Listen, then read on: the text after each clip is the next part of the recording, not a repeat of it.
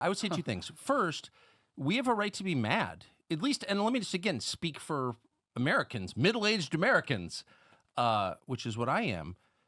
I've got 4 draft-age children. So if you're playing recklessly, fast and loose with their lives, then I have a right to despise you, and I do. So if you're Nikki Haley, who's running for president, or Ben Shapiro, or half the people I see on television casually mentioning the possibility of nuclear war or sending Americans to fight in the Middle East, or in any way involving us in a war that has nothing to do with prosperity and peace at home, nothing, in other words, to do with us, Americans, then I have a right to call you out and be really offended because it's my family. They live here. It's not a joke to me. There's nothing abstract about it. And that is the difference between what's happening in the Middle East from what's happening in Ukraine, about which I had very strong feelings, but I didn't think there was a realistic possibility that my kids could be enmeshed in it. Now there is. So I think, get some self-respect. I would say to my fellow Americans, get a clearer picture of what's important. Your children are important. Okay, that's number one, your children. And if they're threatening your children, I don't care what their justification is, they're your enemy. That's how I feel about it. What's going on, everyone? Sauce King here today, and I got a doozy one for you guys. So Tucker Carlson, as you know, I consider him in my ideological wing of the conservative movement, American First commentator, and he has some choice words for American interventionist. And the reason I generalize the term and not say Ben Shapiro, Nikki Haley, is because I took it in general. Right? He gave Nikki Haley and Ben Shapiro as an example of the type of commentary that he does not like. This commentary of people caring more about what's going on in foreign nations than what's going on here at home. People who speak and talk as if, foreign aid, sending $95 billion for foreign aid is fine, but only spending $20 billion, I had to make a correction there, $23 billion for American issues, that's fine. I think that's the general message that I take from what Tucker Carlson is saying in the intro. But a lot of people, just because he named them, now they take an issue with it. Ben Shapiro, Dave Rubin, all the kind of people coming out of the woodworks. When this has been a common talking point for Tucker Carlson for a while now. And I'm going to get a little into it, and then I'll show you an example of Tucker talking more in general about American interventionists. And how these people love to push these foreign policies, this meddling in other people's affairs like busybodies. And it just adds to the drama. And I think a lot of people are just getting clicks and engagement off this, myself included. But I'm taking a different angle than what most people are. Most people are just reporting, oh my God, Tucker Carlson despises Ben Shapiro. No. Tucker Carlson's sentiment is the same sentiment that I am talking about. This idea that America needs to be involved in everything. America never seen a war it didn't like. This is the attitude that we're talking against. But I digress. This is Dave Rubin reacting to the Ben Shapiro's reply to Tucker Carlson, and we're going to dive more into that. Either Tucker is confused about your opinions, or he's going after you because he sees Daily Wire as competition. It's always I don't understand with some political people, bro. They always think it's some angle. Oh, Vivek is not criticizing Trump because he's trying to run to be his VP. Can you not just accept that Vivek liked Donald Trump and he just don't want to criticize the good things? He see good in Donald Trump. You can't think that Vivek has a honest, principled stance for not criticizing Donald Trump, for standing and defending Donald Trump because he believes, hey, with Donald Trump's movement, what Donald Trump started, it was a good thing. Hey, it's not a right to legally remove your opponent off the ballot because you don't like him. For that, oh no, Vivek, he has some special interest. Come on, guys. Thus wants to take you out. Just a cold reality of business. For the record, I do hope you guys work it out, and I've had the exact same back and forth with his people. And this is what been tweeted or posted.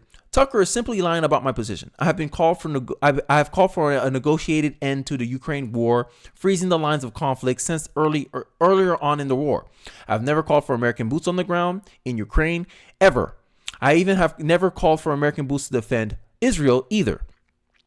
I've invited Tucker to sit down multiple times, and this will be a debate of a lifetime if these two sit down, because Tucker's point here, and maybe I can, if you guys want to see some comments here before I go in, say it ain't true, Tucker is lying. LOL, you're the liar. And they bring up old clips about how he said America doesn't need to fight war for Israel. Israel can take care of themselves, right?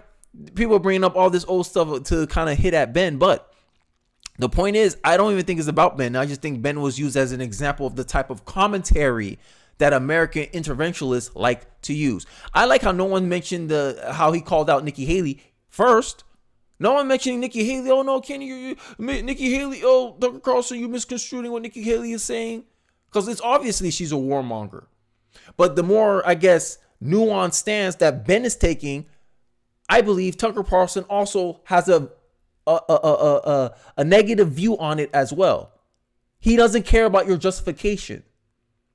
And no matter how balanced the commentary is, he doesn't like the sentiment of the American interventionism. But I digress. I'm gonna give my voice a little break. Here's a clip that's talking how like Tucker's just talking more broadly about this stuff. It's nothing revolutionary. I'm just trying to show you an example of how it's not directly about Ben and this drama that people are trying to create between Ben and Tucker Carlson. I feel like it's just a distraction. Let's take a look. There's an emotional response that is disproportionate, I think, on the part of some commentators. I mean, our country's being invaded right now by millions of young men whose identities we don't know, who probably don't even like America, and they're now living here. Over 100,000 Americans die every year of fentanyl. I've known a couple. Those are real tragedies. I've never seen anything like the emotion from any commentator around those tragedies as I'm watching about a foreign tragedy. I think that's odd. As you see from the video, look, here's a tweet. There's a difference, a fundamental and obvious one, between visiting foreign countries and demanding that the U.S. finance and arm the militaries and wars of foreign countries. Tucker does the former. Those in both parties he's criticizing do the latter. This is the sentiment that I think Tucker Carlson is hinting at with his talk with Russell Brand. And everyone's just trying to deflect. Everyone's just trying to run away from what the actual point of what Tucker Carlson is saying. This is what Tucker Carlson is talking about. Have some self-respect, America. You let the Senate with, like, I know this uproar on the right, but this shouldn't even be a political thing. It should be an American thing. Every American, left, right, center, should be mad about what the Senate just did. Hey, how are you passing a bill with 100% funding for foreign interests, but nothing for us? How Houseway? At least before you pass a bill like this, pass a bill that's 100% for us. No, we don't deserve that. People, our taxpayer money that's funding your salaries, we don't deserve that. We don't deserve first consideration. This is what Tucker Carlson is talking about. The American political leadership class is more interested in how they can intervene in other countries' affairs than worrying about their own affairs. Like the same criticism I talk about in the black community. Hey, how we worry about external factors. We worry about things that doesn't have nothing to do with us, things that's outside of our control. We should be worried about things that's in our control. Our Senate is doing the exact same thing. I digress. Let's listen to a little clip, and then I'll watch the whole clip of the Tucker Carlson Russell Brand conversation. Let's take a look. Regarding the border, talk about the American people not being listened to. They are crying out to the Biden administration to secure the border. This is not a Republican issue. It's an issue for every single person, and everybody knows it. We know the stories of children being poisoned by fentanyl and cities being overwhelmed by migrant surges. We know House Republicans have shown that we are listening to and holding the administration accountable for this catastrophe. We're listening to the people. We're taking action to hold Biden accountable. Last night, the House voted to approve articles of impeachment against Secretary Mayorkas. Desperate times call for desperate measures. We had to do that. He has abdicated his responsibility, he's breached the public trust, and he's disregarded the laws Congress has passed. But much more has to be done, of course, to secure the border. And what the Senate produced this week is silent on that issue. Senator McConnell and I have spoken about this in frank sessions, and let me be clear here again this morning. The Republican-led House will not be jammed or forced into passing a foreign aid bill that was opposed by most Republican senators and does nothing to secure our own border. It's time for Washington to start showing some love to Americans. On Valentine's Day, this is a good day to point this out. You need to listen to the American people and their needs and take action. And that's why House leadership will continue to govern with Americans' interests at heart. With that, I'll take Americans' interest at heart. That is this is the sentiment that Tucker is hinting at. Not this useless drama that Dave Rubin and Ben Shapiro are doing. He's lying about my position. No, I think he's pretty accurate about your position. At least he's using you as an example of what type of, positions and arguments a lot of these American interventionists like to use to justify, we can't just do nothing. That's not the point. The point is the priorities have to be based on a worldview, America first, a mindset, taking our interests into consideration first. How does this war help our prosperity or not? Hey, this does more harm to our prosperity than good. Okay, we're not going to get involved, or we're going to have a limited investment in there. I already put in my philosophy about this is that as an American first conservative, I believe most of our spending majority of those spending must be catered to the American people, not to foreign wars, not to funding supplies for Ukraine to fight their little battle, to continue their little fight. We should be brokering. Hey, look, let's end this right now, bro. Because y'all can't survive without us, and we don't want to get involved in this. Peace seems like the obvious foreign policy position, which is what Ben said he's claiming to do. But the sentiment, I think, is what Tucker Carlson is actually despising. He despises this idea that America needs to be involved in everything. America needs to be the world's police. America needs to be the moral arbiter of what's good in the global world. No. America should just stick itself to being a nation. Just like, man, when you get too close to the sun, your wings are made out of wax. This is the same concept that can happen to America. But I digress. Let's get into the later half of the clip to hear more into this clip. What their justification is, they're your enemy. That's how I feel about it, okay? Number one. Number two, in the United States, the right defends free speech. For most of my life, the left defended free speech in the United States. Till about 2014-15, Donald Trump, a lot of things happened. The parties inverted, the wings inverted. The left became avowed enemies of free speech, and it was really up to the right to defend our First Amendment, the right to say what you think is true, not be a slave. Because, by the way, if you can't say what you think is true, you're not a citizen, you're not a human being, you're a slave. So the right has been the group defending that sacred, God-given right. With the rise of this war in the Middle East, you're watching people on the right say, well, actually, there's a difference between hate speech and free speech. Well, no, there's not, actually. You may hate certain sorts of speech. Certain kinds of speech may be immoral. According to me, I think certain kinds of speech are immoral. But if you're suggesting they should be illegal, you can use the power of the state to make me be quiet and enslave me, then you are again my enemy. And you're seeing a lot of people on the right say that in the United States. And I'm absolutely shocked by it. I can't even believe what I'm watching. And I can't overstate my rage or my contempt for them. Because these are the people, and by the way, if they're not defending free speech in my country, no one is. And we're done. And we're going to have hate speech laws, which again are just laws criminalizing speech that the people in charge hate, that they're threatened by. That's it. That's all they are. Yep. They're not on behalf of some oppressed group. Many of those groups are not actually oppressed, but leave that aside. Maybe they are oppressed, but it's not on their behalf that these laws will be passed. It's on behalf of the people in charge. They just use you as a shield, right? It's the same thing when climate changers use children as a prop for their position. Oh, you're not going to, in 12 years, we ain't going to have a planet to live in. Emotional blackmail. This is all it is. It's a cover to hide their authoritarian stance, views, motives. That's all it is. Tyrants always come in, hey, give me more power so I can protect you. And then you give them more power, and then what they do? Oppress you. That's how it always happens. American interventionism is the same concept here. Oh, I'm here to help Ukraine. As thousands, millions of your men die. And then we come in and we rebuild the country in our own image. And you wonder why there's so much influence in Ukraine. Because that's the real industrial complex there. Start a war, kill off all the people there, rebuild the country in your image. American expansionism. I thought the left was against imperialism, but no. As long as you don't do it a certain way, we're fine with it. The political left in America, the American interventionist, and it's this idea that this is the real talking point. This is why he named Ben Shapiro. This is why he named Nikki Haley. They have dual interests. They have conflicts of interest with their commentary. I think Ben Shapiro's a dual citizen.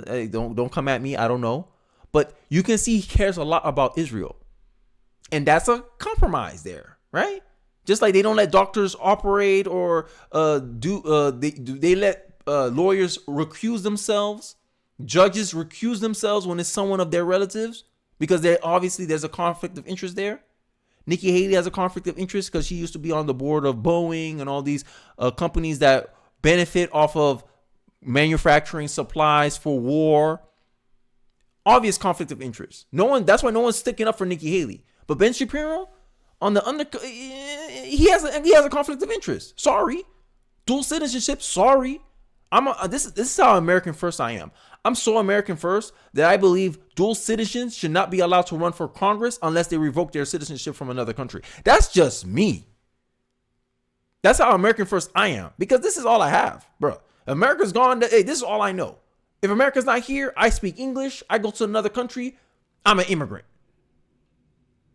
Ben, you go to Israel. That's the back of the mind. I think that's what Tucker has in his head. That, hey, you won't really care about America like I would. And I think that's the commentary that we should be focusing on. The idea, not this little useless drama that's a distraction, a deflection from what Tucker Carlson's actually saying. Let's wrap up this video. And that's completely wrong. And you don't live in a free society. You don't live in a society of citizens and human beings. You live in a slave state when you have that. And the people on the right who are calling for it should be deeply ashamed of themselves. I agree. Right. And this is the idea. This is the real talking point that Tucker Carlson's trying to impress upon people.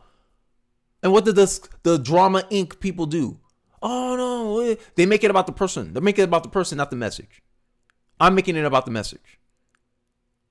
The message is that American First has the claim, Tucker Carlson has the claim that a lot of these commentators treat America like a slave state. You have to do the bidding for another country. America, you must go yourself into inflation. You must spend billions of dollars funding the protection of Israel at your own expense, even if it goes against your own expense. You must prioritize this, even over your own issues with the border. You can have a similar attack that happened in Israel happen here because our borders are open. But instead, we're spending money for you to create your little border wall and continue defending your border at the expense of our own. This is the talking point that Tucker Carlson is pointing out about Ben Shapiro. He's not trying to conflate his position. He's just saying, hey, foreign policy, the way we're doing it right now, there's no justification for doing it the way we're doing it today. And all their defenders of this, either nuanced or not, that's why he named Nikki Haley the most extreme, I guess, segment of the American Interventionist movement. And Ben Shapiro, who's more nuanced about it, Tucker saying there's no justification for that because you're not operating at an American first priority. You're not taking America's best interest at heart when you're making these claims, when you're making these commentaries, and then we're supposed to be listening to you. It don't make sense. We should despise these people. This is Tucker Carlson's claim. At least that's how I interpret it. Let me hear your thoughts in the comment section below. Do you agree with me? Disagree with me? What are your thoughts about the whole Tucker Carlson, Ben Shapiro, Nikki Haley, American Interventionism? I'd like to hear your thoughts and your perspective on this. Don't forget to like, comment, subscribe. Don't forget to share as well. I really want this video to do well, and I need your help to do so. But thanks for watching to the end of the video, and I'll catch you guys on the next one. Peace.